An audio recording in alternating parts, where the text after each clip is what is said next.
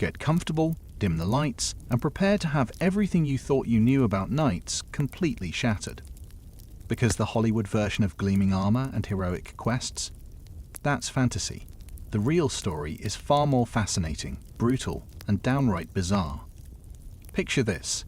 It's 1347, and you're a young nobleman who's just been dubbed a knight. Congratulations. You're now part of the most elite military class in medieval Europe. But here's what they didn't tell you during that fancy ceremony: you're essentially a walking tank operator, debt collector, and professional killer all rolled into one. And your life expectancy? Let's just say you shouldn't make any long-term plans. The first shock comes when you try to put on your armor. That beautiful suit of plate mail everyone romanticizes. It weighs between 50 to 60 pounds. Imagine strapping a medium-sized dog to your body and trying to fight. But here's the kicker. Good armor was so expensive that many knights went into crushing debt just to afford it. A single suit could cost more than a peasant would earn in their entire lifetime. Knights literally mortgaged their futures for the privilege of not dying immediately in battle. And speaking of battle, forget everything you've seen in movies. Medieval warfare was chaos incarnate. Knights didn't engage in honorable one-on-one duels. They were part of a terrifying cavalry charge that could shatter infantry lines like a sledgehammer through glass. The sound alone was nightmarish. Hundreds of horses thundering across the battlefield, metal clanging against metal, and the screams of dying men creating a symphony of violence that would haunt survivors for life. But here's where it gets really interesting. Knights weren't just warriors. They were landlords, judges, and essentially the government in their local areas. When you weren't busy trying not to die in some lord's petty war, you were managing estates, collecting taxes, and dispensing justice. And by justice, I mean you could literally execute someone for stealing a loaf of bread. The power was intoxicating, but it came with a price that would make modern politicians weep. Now let's talk about something that'll blow your mind. Being a knight was basically running a military startup with your life as collateral. The feudal system wasn't just about honor and loyalty, it was a complex economic machine built on violence and land ownership. Here's how it worked. Your lord granted you land called a fief, but you didn't own it outright. Think of it as the world's most dangerous rental agreement. In exchange for this land, you owed your lord military service, typically 40 days per year of fighting, plus additional duties. Miss your obligations? You could lose everything, including your head. But managing a fief wasn't like being a modern landlord. You were responsible for everything, maintaining roads, providing justice, protecting peasants, and ensuring agricultural productivity.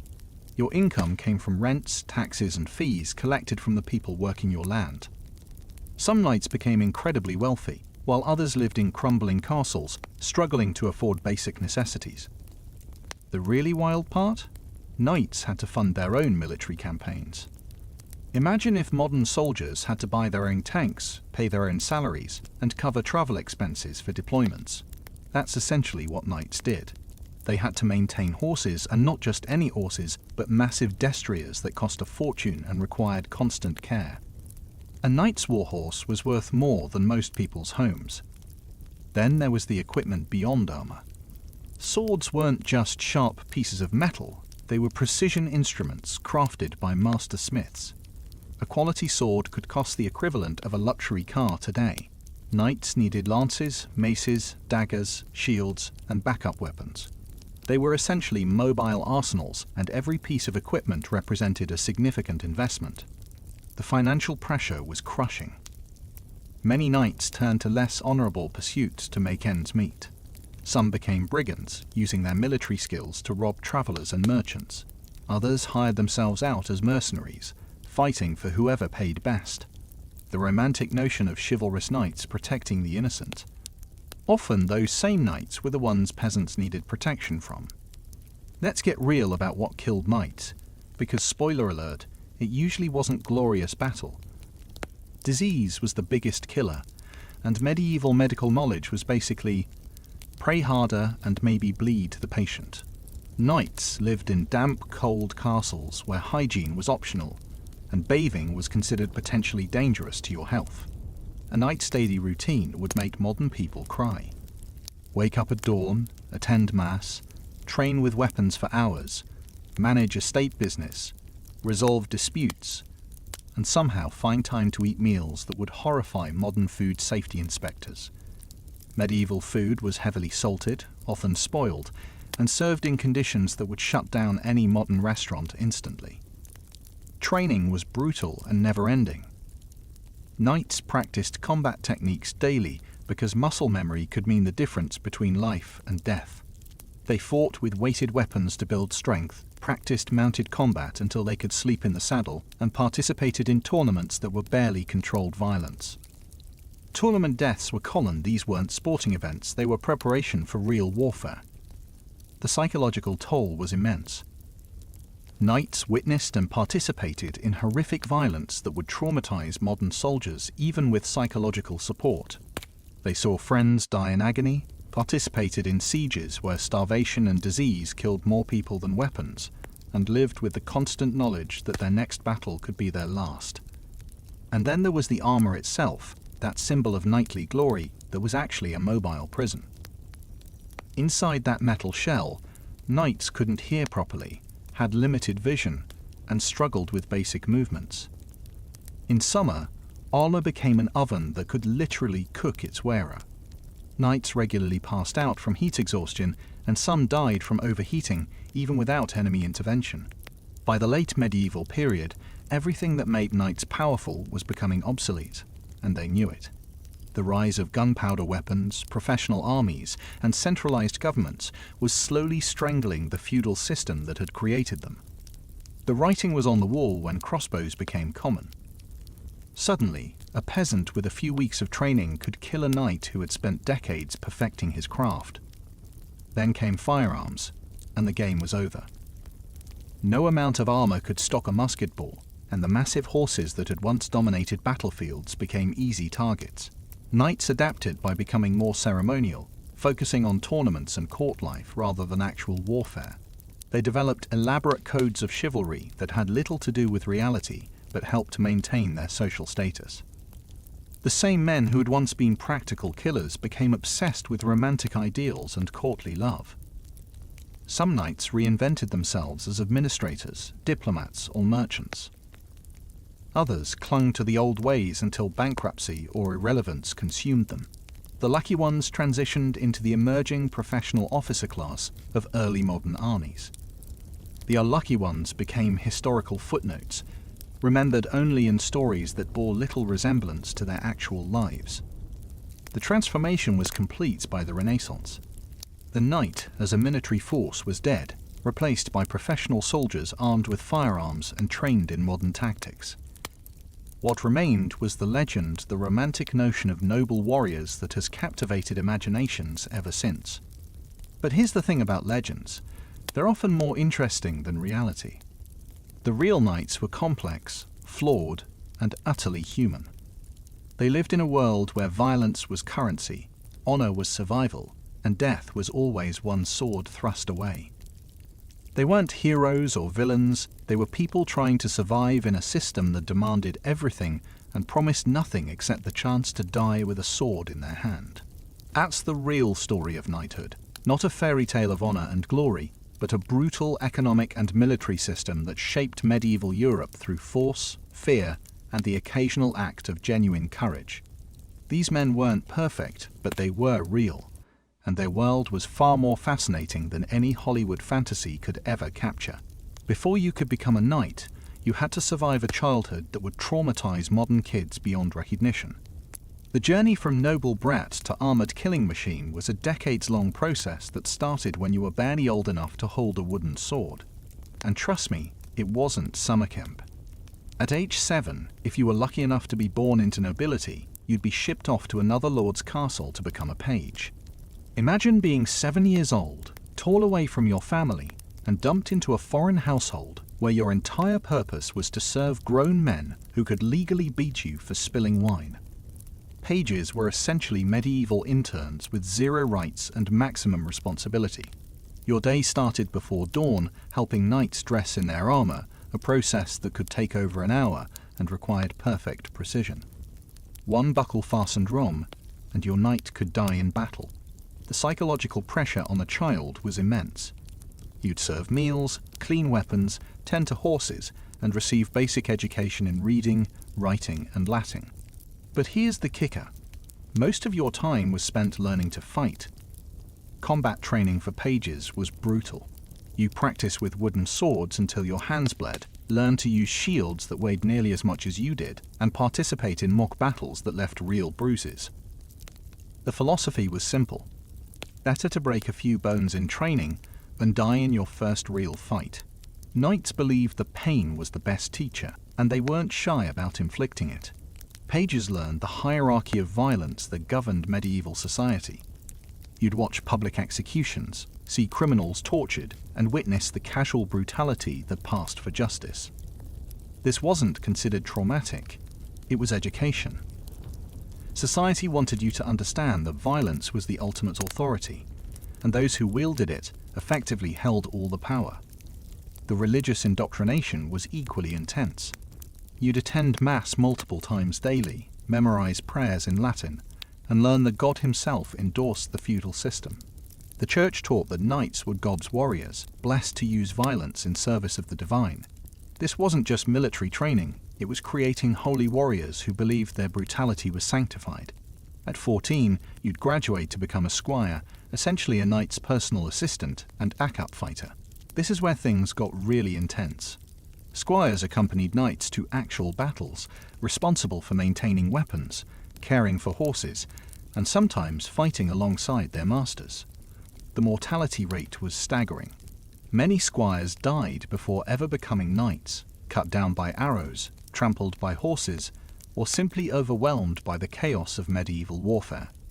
The relationship between knight and squire was complex and often brutal. Your knight owned you, essentially. He could beat you, humiliate you, or even kill you with minimal consequences. Some knights were mentors who genuinely cared about their squire's development. Others were sadistic bullies who used their squires as punching bags. The lottery of which knight you served could determine whether you survived to adulthood. But here's what's really disturbing: the system worked. By the time you reached knighthood, you were a hardened killer who could function in the most violent situations imaginable. You'd seen death up close, experienced combat, and learned to suppress normal human emotions like fear and compassion.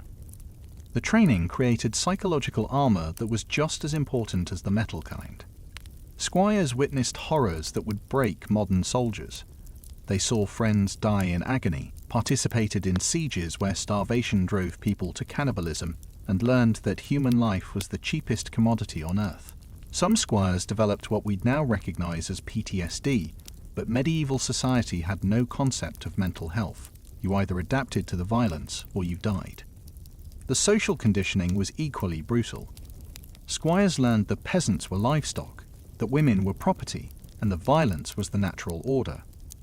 They absorbed the belief that their noble blood made them inherently superior to everyone else.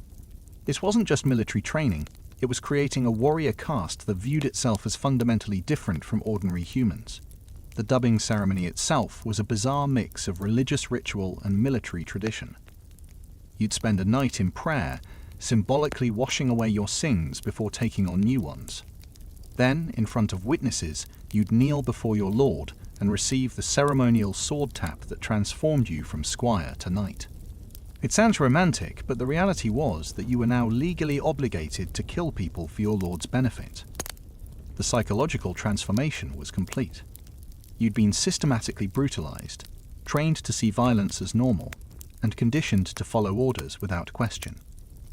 The noble 7-year-old who'd left home was gone, replaced by a professional warrior who could split a man's skull without losing sleep.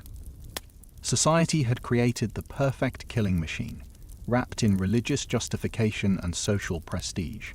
But the system had a dark side that nobody talks about. Many knights were essentially psychopaths, created by a childhood of violence and trauma. They'd learned that might makes right. The peasants were expendable, and the violence was the ultimate arbiter of disputes. When you combine this mindset with absolute power over local populations, you get a recipe for horrific abuse. Knights routinely raped, murdered, and tortured with impunity. The concept of chivalry that developed later was partially a reaction to the monster the system had created. Society realized it needed to control these killers, so it invented elaborate codes of conduct that were honored more in theory than practice. The reality was that medieval Europe was filled with armed sociopaths who'd been systematically trained to view violence as normal. The training never stopped, even after achieving knighthood. Knights practiced constantly, participated in tournaments that were barely controlled bloodbaths, and sought out conflicts to maintain their skills. War wasn't just their profession, it was their addiction. Many knights became restless and dangerous during peacetime, leading to the phenomenon of robber barons who terrorized their own territories out of boredom. The system also created a twisted form of masculinity that glorified violence and domination. Knights competed constantly to prove their prowess, leading to feuds that could last generations. Honor became more important than life, and perceived slights could trigger conflicts that devastated entire regions. The Knight's Code wasn't about protecting the innocent, it was about maintaining a reputation for being the most dangerous man in the room. Tournament culture exemplified this twisted psychology. These weren't sporty events, they were ritualized violence where knights could legally kill each other for entertainment. The audience cheered as men died in agony, and participants viewed crippling injuries as badges of honor. The line between tournament and actual warfare was deliberately blurred, creating a culture where violence was both profession and entertainment. The economic aspect was equally corrupting. Knights learned that violence was profitable. Successful warriors could capture enemies for ransom, loot conquered territories, and demand tribute from terrorized populations. The system rewarded brutality with wealth, creating a feedback loop where the most violent knights became the most successful. The drinking culture among knights was another destructive element rarely discussed. Knights consumed massive amounts of alcohol as a way to cope with the violence and trauma they experienced daily. Medieval ale and wine were often safer than water, but knights took consumption to dangerous extremes. Drunken knights were unpredictable and violent, often turning on their own men or committing atrocities against civilians. The psychological damage from this systematic brutalization created knights who were not just killers, but often sadists who enjoyed inflicting pain. They'd learned that power meant the ability to hurt others without consequence, and they carried this lesson into their adult lives. Many knights developed a taste for torture and cruelty that went far beyond military necessity. This is the real story of how knights were made, not through noble training and moral education, but through systematic brutalization designed to create killers. The medieval world didn't need heroes, it needed monsters who could function in a system built on violence and fear. And it got exactly what it created, a warrior class that was as dangerous to their own people as they were to their enemies. Now let's talk about what actually happened when knights went to war, because everything you think you know about medieval battles is probably wrong. Forget the clean, honorable duels from movies. Real medieval warfare was a nightmare of blood, screaming, and chaos that would make modern soldiers question their sanity. Picture this. It's 1415, and you're a knight at the Battle of Agincourt. You spent hours getting into your armor with your squire's help, and now you're sitting on a massive warhorse surrounded by hundreds of other armored killers. The French army stretches across the field like a steel serpent, and you can hear the wet squelch of mud beneath thousands of hooves. This isn't going to be glorious, it's going to be butchery. The charge itself was terrifying beyond description.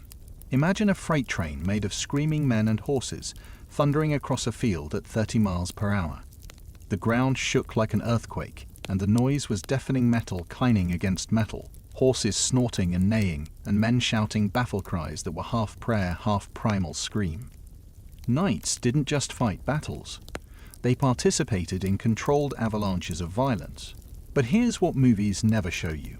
Most knights couldn't see properly in battle. Those romantic open-faced helmets? They were ceremonial garbage. Real combat helmets were closed-face affairs that severely limited vision. Knights often fought half-blind, relying on sound and instinct to locate enemies. Many battles turned into deadly games of blind man's bluff, where a wrong turn could send you crashing into your own allies. The mud was another killer nobody talks about.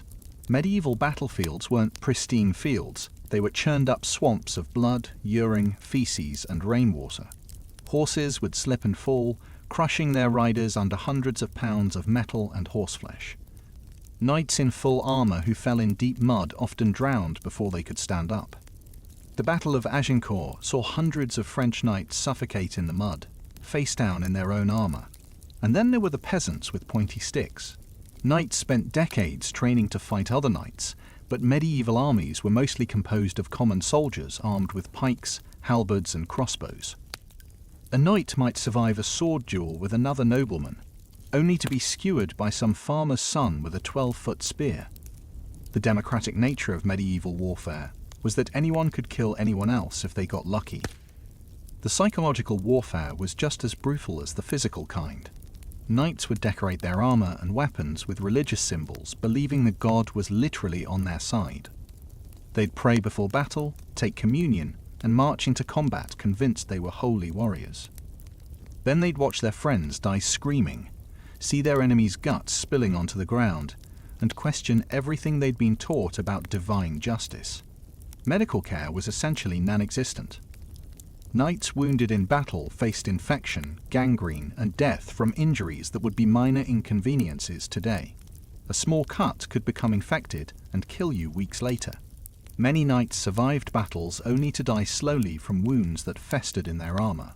The lucky ones died quickly from blood loss or trauma. Siege warfare was even worse than field battles.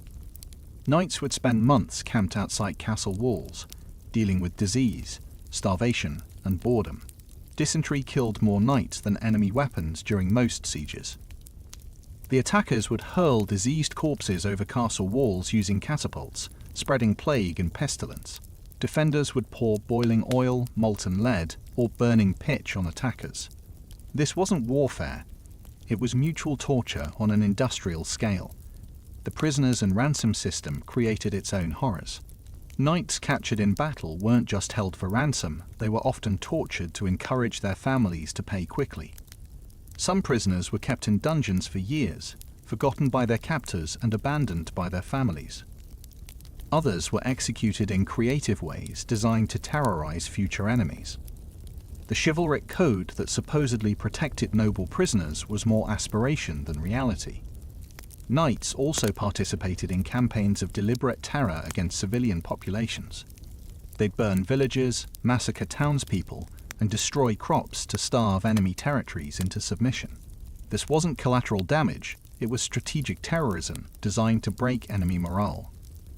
Knights who were supposedly defending Christianity would torch churches, rape nuns, and murder priests if it served their military objectives. The Crusades revealed the true nature of knightly warfare.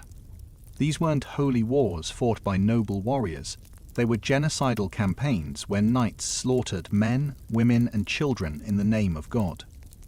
The capture of Jerusalem in 1099 saw knights wading through streets ankle-deep in blood, killing everyone they encountered regardless of age or gender. The chroniclers described it as divine justice, but it was simply mass murder with religious justification. Weather was another enemy that killed knights regularly. Campaigns during winter saw entire armies freeze to death in their armor. Summer campaigns led to heat stroke and dehydration. Knights would cook inside their metal shells, passing out from heat exhaustion and dying before they ever saw combat. The famous Battle of Hattin in 1187 saw Crusader knights literally dying of thirst while wearing full armor under the desert sun. The horses deserve special mention because they were often the real victims. Medieval war horses were massive, expensive animals that required constant care and feeding. In battle, they were primary targets, kill a knight's horse, and you've essentially won the fight. Horses would be deliberately hamstrung, stabbed, or shot with arrows. The screaming of wounded horses was said to be more terrifying than the cries of dying men. Knights also had to deal with the psychological aftermath of battle. There was no concept of post-traumatic stress disorder, so knights who broke down mentally were simply considered cowards. Many turned to alcohol or became hermits, unable to function in normal society after witnessing such extreme violence. Others became increasingly brutal, addicted to the adrenaline rush of combat, and unable to find meaning in peacetime. The religious contradiction was particularly damaging. Knights were told they were fighting for God, but they regularly committed acts that violated every Christian principle. They'd massacre prisoners, rape women, and torture enemies, then attend Mass and pray for forgiveness. The cognitive dissonance drove many knights to madness or religious extremism. The logistics of medieval warfare were a nightmare that killed more knights than enemy weapons. Armies moved slowly, carrying massive baggage trains filled with supplies, spare weapons, and siege equipment. These convoys were vulnerable to attack and constantly broke down. Knights would spend weeks trudging through mud, eating spoiled food, and sleeping in wet armor. Many died from simple exhaustion before ever reaching the battlefield. Communication during battle was virtually impossible. Knights wore enclosed helmets that muffled sound, and the noise of combat was deafening. Orders were passed through horn calls, banner signals, and shouted commands that were often misunderstood. Entire formations would charge in the wrong direction or attack their own allies because someone misinterpreted a signal. The fog of war wasn't metaphorical, it was literal confusion that killed thousands. The smell of medieval battlefields was another horror that chronicles rarely mention. Imagine the stench of blood, sweat, urine, feces, and rotting flesh, all mixed together in a confined space. Knights would vomit inside their helmets from the smell alone, then continue fighting while choking on their own bile. The sensory assault was as traumatic as the physical violence. This was the reality of medieval warfare. Not glorious adventures, but nightmarish campaigns where knights died from disease, exposure, and random violence. They weren't heroes riding to glory, they were traumatized killers trapped in a system that demanded constant violence while promising eternal salvation. The few who survived long enough to retire were often broken men who'd seen too much and done too much to ever find peace again. Let's destroy another romantic myth about medieval knights: the idea that they lived in magnificent castles, surrounded by luxury and courtly refinement. The reality of castle life was closer to living in a damp, cold, rat-infested fortress that doubled as a prison for everyone inside it. First, let's talk about what castles actually were. They weren't palatial homes, they were military installations designed to control territory and population through fear. Every aspect of castle design prioritized defense over comfort, which meant the people living inside suffered constant misery in exchange for relative safety. Imagine living in a concrete bunker for your entire life, and you'll start to understand what knights endured. The living conditions were absolutely horrific by modern standards. Castles were built from stone, which meant they were perpetually cold and damp. There was no central heating, no insulation, and no concept of climate control. Knights and their families would huddle around small fires that filled rooms with smoke, creating a choice between freezing to death or suffocating. Many castle dwellers developed chronic respiratory problems from breathing smoke and damp air for decades. Privacy was a foreign concept. Knights lived in communal spaces where everyone could see and hear everything. The Great Hall served as dining room, meeting space, and dormitory for dozens of people. Knights would sleep on benches or floor mats, surrounded by servants, soldiers, and family members. The concept of personal space didn't exist. You were constantly surrounded by other people's bodily functions, arguments, and intimate moments. The sanitation was nightmare fuel. Castles had primitive latrines that were essentially holes in the wall that dropped waste into moats or pits below. The smell was overwhelming, and disease spread rapidly in these conditions. Knights would relieve themselves in chamber pots that were emptied by servants, creating a hierarchy of human waste management that defined social status. The wealthy had slightly better toilets, but everyone lived surrounded by the stench of human excrement. Food storage and preparation were constant battles against spoilage and contamination. Castles had limited refrigeration, essentially just cold stone rooms and salted preservation methods. Knights ate meat that was often on the verge of spoiling, bread that contained insects and rodents, and vegetables that were frequently rotten. Food poisoning was so common that stomach ailments were considered normal parts of daily life. The water situation was even worse. Castle wells were often contaminated by nearby latrines, and knights regularly drank water that contained deadly bacteria.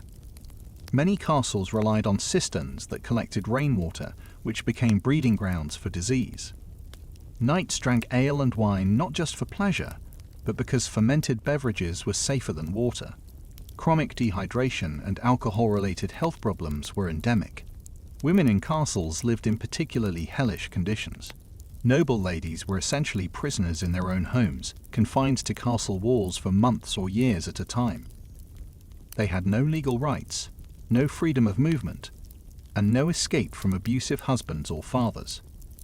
The romantic notion of courtly love was a fantasy. Real relationships were based on property exchanges and breeding arrangements.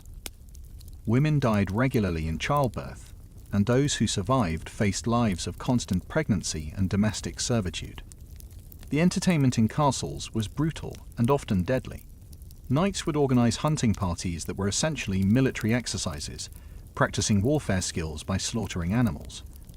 They'd stage mock battles that resulted in real injuries and deaths.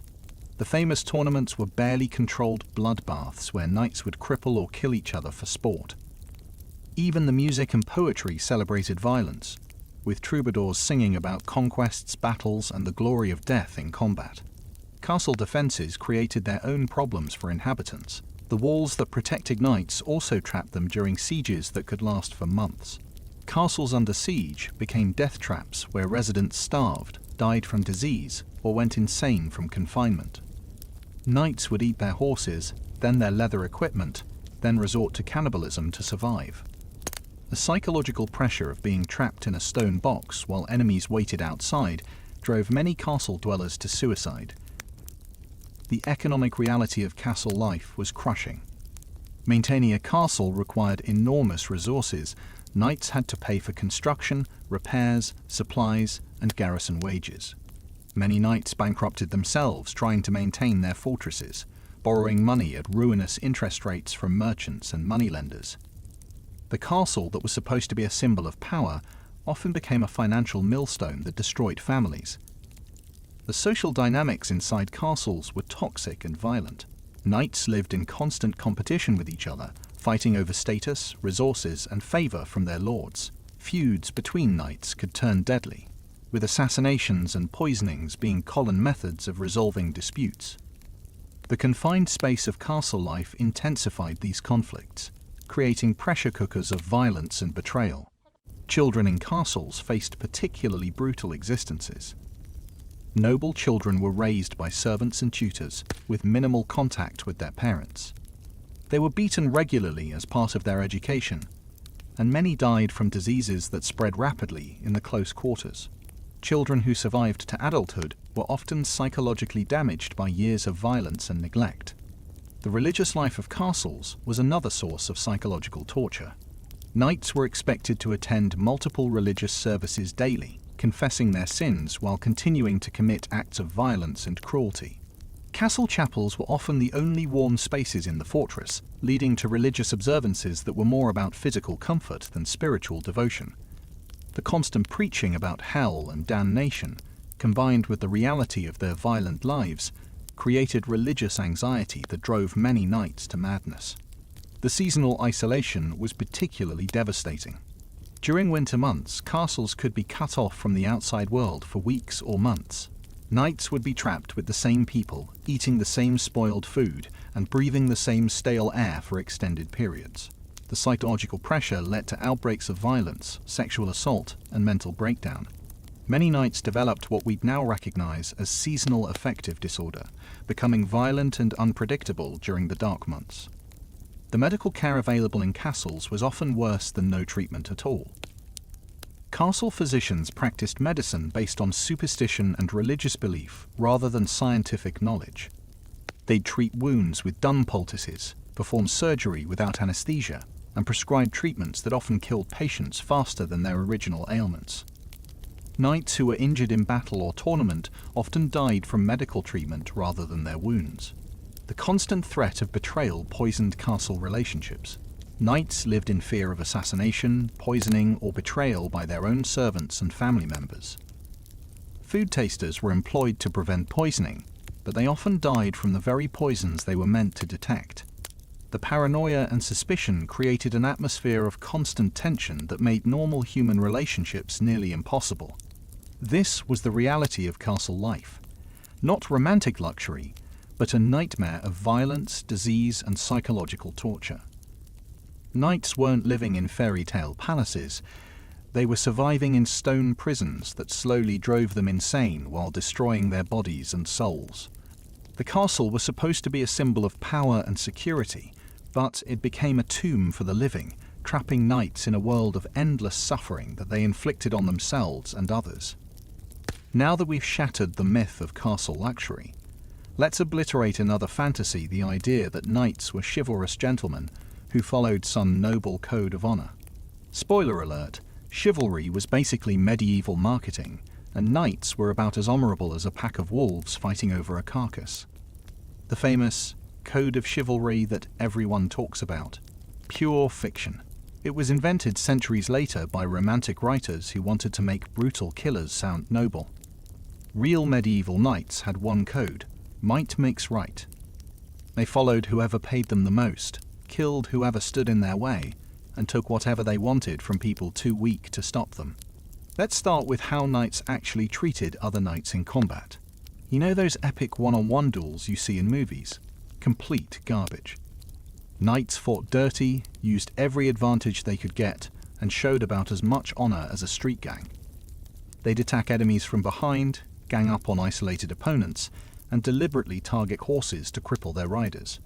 Once an enemy knight was down, they'd either demand massive ransoms or simply murder them on the spot. The tournament system was supposed to be civilized combat, but it was really just legalized attempted murder with spectators. Knights would modify their weapons to cause maximum damage, ignore safety rules, and continue beating opponents who were already unconscious. Deaths were so common that the Catholic Church repeatedly tried to ban tournaments, calling them detestable markets of death. But knights kept organizing them because they loved the opportunity to legally cripple their rivals. Here's where it gets really dark. Knights were essentially professional kidnappers. Capturing enemy nobles for ransom was their primary business model. They'd raid towns, kidnap wealthy merchants, and hold entire families hostage until relatives paid astronomical sums. Some knights became so skilled at this that they built entire careers around professional kidnapping. They'd target specific wealthy families, study their routines, and plan elaborate abductions that would make modern criminals jealous. The treatment of peasants was beyond horrific. Knights saw common people as barely human, existing only to provide labor and resources. When knights raided enemy territories, they deliberately target civilian populations, burning crops, poisoning wells, and massacring entire villages. This wasn't collateral damage, it was deliberate strategy designed to starve enemy knights by destroying their economic base. Peasants were tortured for information, used as human shields, and sold into slavery. Knights had a particular talent for creative brutality. They'd developed signature methods of torture and murder that became their calling cards. Some knights were known for flaying prisoners alive, others for burning them slowly over fires. They'd compete with each other to invent new forms of cruelty, treating human suffering like an art form. The most respected knights were often the most creatively sadistic. They'd justify every atrocity by claiming it served God's will, turning Christianity into a weapon for personal gain. The Crusades were the ultimate expression of this hypocrisy, knights claiming to serve Christ while committing genocide against entire populations. Knights were also notorious for breaking oaths and switching sides whenever it benefited them. Loyalty meant nothing compared to profit. They'd swear fealty to one lord, then immediately betray him if an enemy offered better terms. Some knights changed sides multiple times during single campaigns, selling their services to whoever paid the most. The concept of honor was completely foreign to them. They were mercenaries who dressed up their betrayals in fancy language. The economic exploitation was ruthless. Knights would impose crushing taxes on peasants, taking so much grain that entire villages starved. They'd demand protection money from merchants, essentially running medieval protection rackets. When peasants couldn't pay, knights would seize their land, their livestock, and even their children as payment. Entire regions were stripped bare by knights who consumed everything like locusts. Personal hygiene among knights was absolutely revolting. They'd wear the same armor for weeks without cleaning it, creating mobile disease factories. Their bodies were covered in infected wounds, rashes, and parasites. They'd urinate and defecate in their armor during battle, then continue fighting while marinating in their own waste. The smell was so overwhelming that experienced warriors could identify approaching knights by their stench alone. The psychological damage was extreme. Knights lived in constant fear of betrayal, assassination, and revenge. They developed elaborate paranoid rituals, testing their food for poison, sleeping in different locations each night, and trusting no one completely. Many knights showed clear signs of what we'd now recognize as PTSD, becoming increasingly violent and unpredictable as they aged. The constant exposure to violence and death drove many to madness. Knights also had a twisted relationship with death that bordered on the supernatural. They'd collect trophies from their victims' ears, fingers, even entire heads, and display them as decorations. Some knights wore necklaces made from human teeth or bones, believing these macabre ornaments gave them power over their enemies. They'd drink from cups made from enemy skulls and eat from plates fashioned from rib cages. The training of young knights was essentially child abuse. Boys as young as 7 were separated from their families and subjected to brutal conditioning designed to eliminate empathy and compassion. They'd be forced to watch executions, participate in torture sessions, and kill animals with their bare hands. The ones who showed mercy or hesitation were beaten until they learned to suppress their humanity completely. The financial corruption was equally disgusting.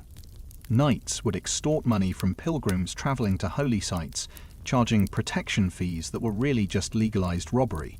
They'd set up fake toll roads, demand bribes for safe passage, and steal from churches while claiming to protect them. Some knights became so skilled at financial manipulation that they'd bankrupt entire regions through elaborate loan schemes and property seizures. The family dynamics were toxic beyond belief. Knights would sell their own daughters into marriage for political advantage, treating them like livestock at market. They'd murder their own brothers over inheritance disputes and poison their fathers to claim titles early. Family loyalty meant nothing when money and power were at stake. Knights would adopt children just to use them as bargaining chips in political negotiations. The military incompetence was staggering. Despite all their training and equipment, knights were terrible soldiers who lost most of their battles. They'd charge into obvious traps, ignore tactical advice, and get themselves killed through pure arrogance. The famous defeats at Agincourt and Crécy happened because knights were too proud to listen to common sense. They'd rather die gloriously than win intelligently.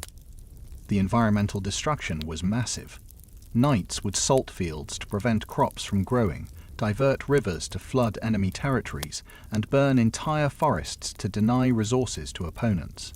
They'd poison water supplies, slaughter livestock for sport, and destroy centuries-old buildings just to prove their power.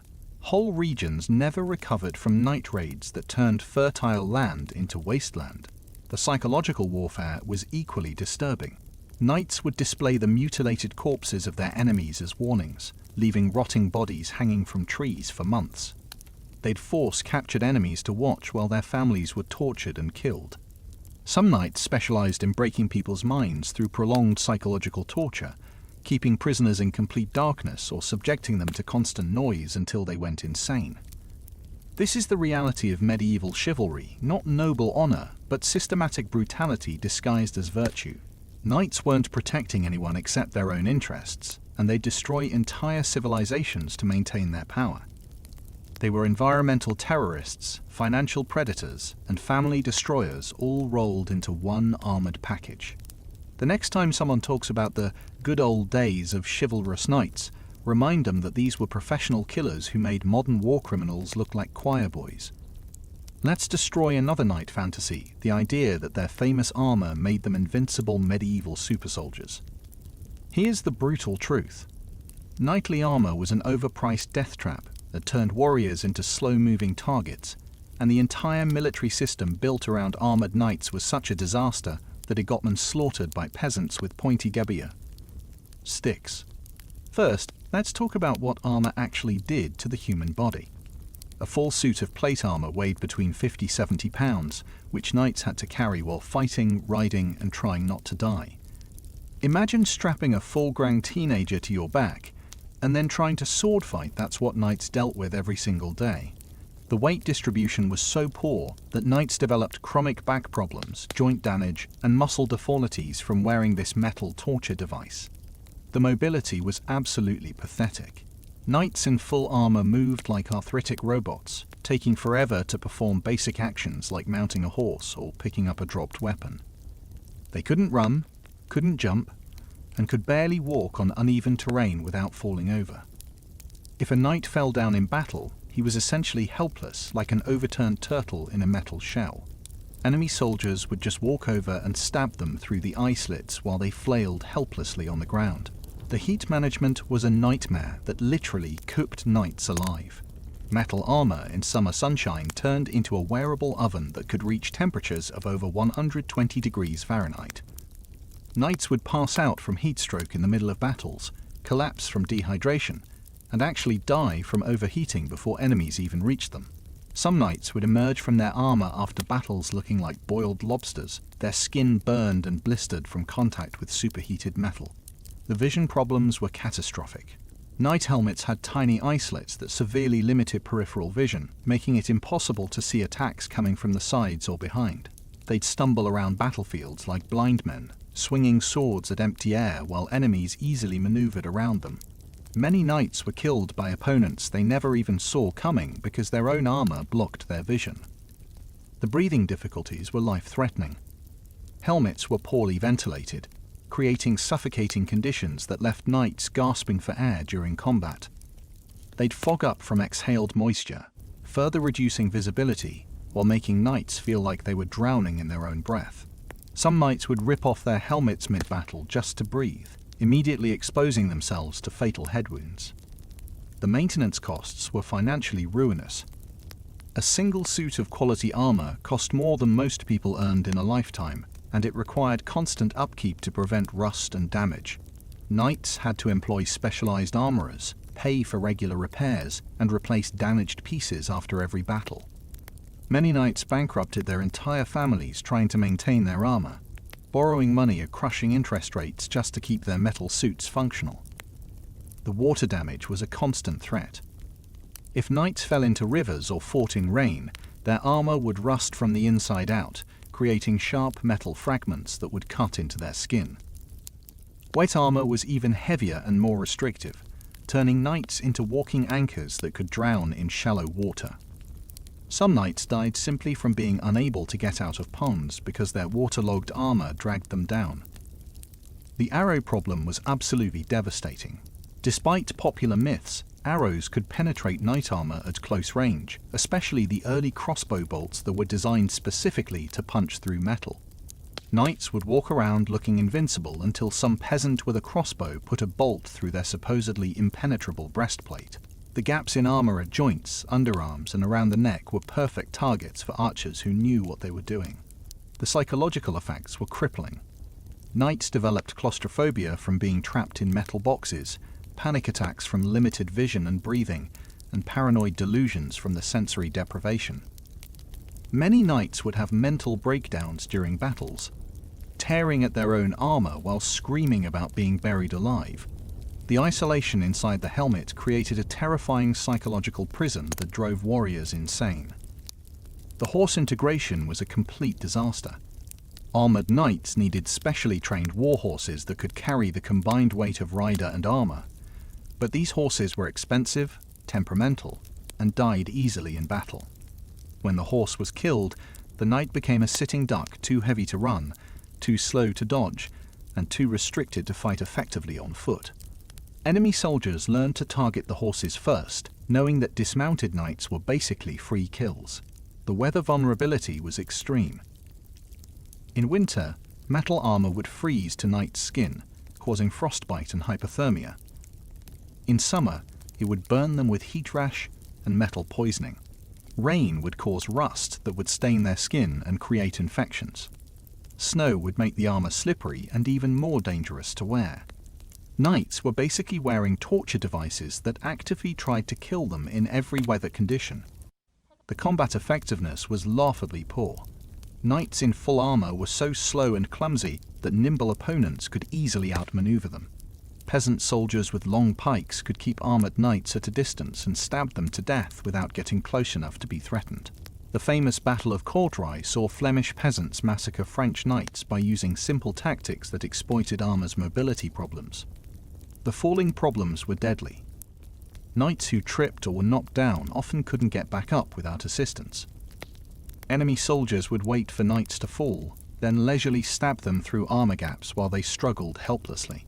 Some battles were won simply by pushing over armored knights and then executing them while they lay immobilized. The manufacturing quality was inconsistent and often deadly. Cheap armor would crack under pressure, sending metal fragments into knights' bodies. Poorly fitted armor would create pressure points that caused nerve damage and circulation problems. Some knights were actually killed by their own armor failing at critical moments, with metal pieces breaking off and puncturing vital organs. The tactical obsolescence was obvious to everyone except the knights themselves. By the time gunpowder weapons became common, armor was completely useless against bullets and cannon fire. Knights continued wearing their metal death traps out of tradition and pride, even as they were being slaughtered by peasants with primitive firearms. They'd rather die in style than adapt to military reality. The social embarrassment was constant and humiliating. Knights would get stuck in doorways, fall off horses during parades, and collapse from exhaustion during ceremonies. They'd need help using the bathroom, eating meals, and performing basic human functions. Some knights would soil themselves during battles because they couldn't remove their armor quickly enough. The supposed symbol of nobility became a source of public ridicule and personal shame. The infection problems were grotesque and often fatal. Armor would trap sweat, blood, and other bodily fluids against the skin, creating perfect breeding grounds for bacteria. Knights would develop horrible skin infections, boils, and festering wounds that never healed properly. The metal would rub against skin during movement, creating open sores that would become infected and gangrenous. Many knights died from infections caused by their own armor rather than enemy weapons. The economic manipulation was staggering. Armorers would deliberately create armor that required constant expensive maintenance, essentially creating medieval subscription services that kept knights financially dependent. They'd use inferior metals that would break easily, forcing knights to buy replacements regularly. Some armorers would sabotage rival knights' equipment, creating armor that would fail at critical moments during battles or tournaments. The apprenticeship system was a nightmare of exploitation. Young knights would spend years learning to fight in armor, only to discover that their expensive training was useless against modern military tactics. They'd invest their entire youth mastering obsolete skills while the world moved on around them.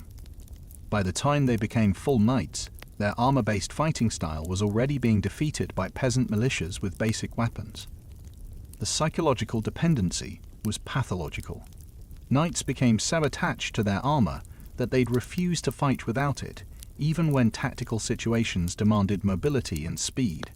They'd rather lose battles than abandon their metal security blankets. Some knights would sleep in their armor, eat in their armor, and even attempt to have sex while wearing it. The armor became more important than victory, survival, or common sense. This is the truth about knightly armor.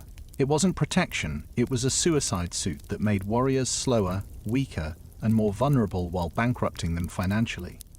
Knights weren't invincible metal gods, they were walking disasters wrapped in overpriced scrap metal, stumbling blindly toward their own destruction while convinced they were military geniuses. Here's the most satisfying part of the knight story: how these armored bullies got absolutely demolished by the very people they spent centuries oppressing. The downfall of knighthood wasn't some gradual historical evolution. It was a brutal, humiliating massacre where peasants with farm tools systematically destroyed the most expensive military system in human bowel: history. The writing was on the wall at the Battle of Courtrai in 1302, where Flemish peasants turned French knights into medieval hamburger meat. These weren't trained soldiers, they were literally farmers, weavers, and shopkeepers who got tired of being robbed by armored thugs. They used simple pikes, basically sharpened sticks, to absolutely butcher knights who had spent their entire lives training for war. The battlefield was so covered in dead knights that local peasants spent weeks stripping armor from corpses and selling it as scrap metal. The Swiss pikemen took this peasant revolution to the next level, creating military formations that turned night charges into suicide rums. They'd form dense squares of pikes that looked like giant porcupines, then watch as knights impaled themselves trying to break through. The Swiss were so effective at killing knights that they became professional soldiers, hired by kingdoms across Europe to slaughter their own noble classes. It was the ultimate reversal, peasants getting paid to murder their former oppressors. The English longbow destroyed knighthoods' pretensions at the Battle of Crécy in 1346. English peasants, armed with weapons that cost practically nothing to make, shot down French knights like they were hunting deer. The arrows would punch through armor, kill horses, and turn charging knights into pincushions before they could even reach the English lines. Thousands of knights died in a single afternoon, killed by farmers' sons who had learned archery as a hobby. Agincourt in 1415 was even more humiliating. French knights, supposedly the finest warriors in Europe, got bogged down in mud and slaughtered by English peasants. The battlefield became a killing field where armored knights crawled through mud while archers shot them like fish in a barrel. King Henry V had to order his men to stop killing French nobles because there were too many corpses to count. The flower of French chivalry was literally buried in mud and peasant arrows. The Swiss at the Battle of Nancy in 1477 didn't just defeat knights, they made it an art form. Duke Charles the Bold of Burgundy, one of the most powerful knights in Europe, was found dead with his head split open by a peasant's halberd. The Swiss stripped his body, stole his jewels, and left him naked in a frozen pond. The mighty Duke, who had terrorized Europe for decades, became dog food because some Swiss peasants decided they'd had enough of his nonsense. The rise of gunpowder was the final nail in knighthood's coffin. Peasants with primitive firearms could kill knights from distances that made armor and swords completely useless. A farmer's son with a month of training could shoot down a knight who had spent 20 years learning to fight. The economic mathematics were devastating. It cost more to equip and train a single knight than to arm 100 peasants with guns. The Hussite Wars in the early 1400 showed how creative peasants could get when destroying knights. Czech peasants built war wagons, basically medieval tanks made from farm carts, and used them to create mobile fortresses that knights couldn't penetrate. They'd surround knights with these wagons, then shoot them to death with crossbows and early firearms. The Hussites were so effective that they defeated multiple crusades sent against them, turning professional knights into amateur corpses. The urban militias were equally devastating. City dwellers, armed with pikes and crossbows, could defeat knight armies that had previously been invincible. The Battle of Legnano in 1176 saw Italian city militias destroy the army of Holy Roman Emperor Frederick Barbarossa, proving that merchants and craftsmen could outfight professional warriors. The knights' monopoly on violence was broken by shopkeepers and bakers who had better tactics and cheaper weapons. The psychological impact was catastrophic for knighthood.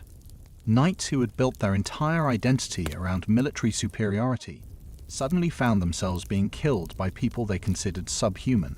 The social order that had existed for centuries collapsed in a matter of decades. Knights who survived these battles often suffered complete mental breakdowns, unable to process the reality that their supposed inferiors were superior fighters. The economic collapse was inevitable. Kingdoms stopped investing in expensive knight equipment when peasant armies proved more effective. The cost of maintaining a single knight could equip dozens of infantry soldiers who were more reliable, more flexible, and less likely to get themselves killed through arrogance. The financial mathematics of medieval warfare shifted completely against knighthood. The technological revolution accelerated knight extinction. Artillery made castles obsolete, firearms made armor useless, and professional armies made feudal levies unnecessary. Knights found themselves in a world where their skills were worthless, their equipment was outdated, and their social position was meaningless. They were living fossils in a world that had moved beyond them. The social mobility was revolutionary. Peasants who distinguished themselves in battle could rise to positions of power that had previously been reserved for nobles. Military merit began to matter more than birth, creating opportunities for common people to advance themselves by killing knights. The social ladder that had been controlled by nobility was suddenly open to anyone with the courage to fight. The military professionalization was the final blow. Standing armies of professional soldiers replaced feudal levies of amateur knights. These professional soldiers were better trained, better equipped, and better led than knights had ever been. They could march longer, fight harder, and adapt faster than knights who were stuck in obsolete traditions. The age of the professional soldier had begun, and knights were not invited. The cultural shift was complete. Knights went from being feared warriors to being objects of ridicule. Literature began mocking them as incompetent relics, and their defeats became sources of entertainment rather than tragedy. The mighty knights who had terrorized Europe for centuries became jokes told by the peasants who had destroyed them. The religious implications were devastating for knighthood. The church had blessed knights as God's warriors, but when peasants started winning battles, it became clear that divine favor had shifted. Priests began preaching that God supported the humble over the proud, the meek over the mighty. Knights who had claimed divine right to rule found themselves condemned by the same religious authorities who had once supported them. The generational trauma was extreme.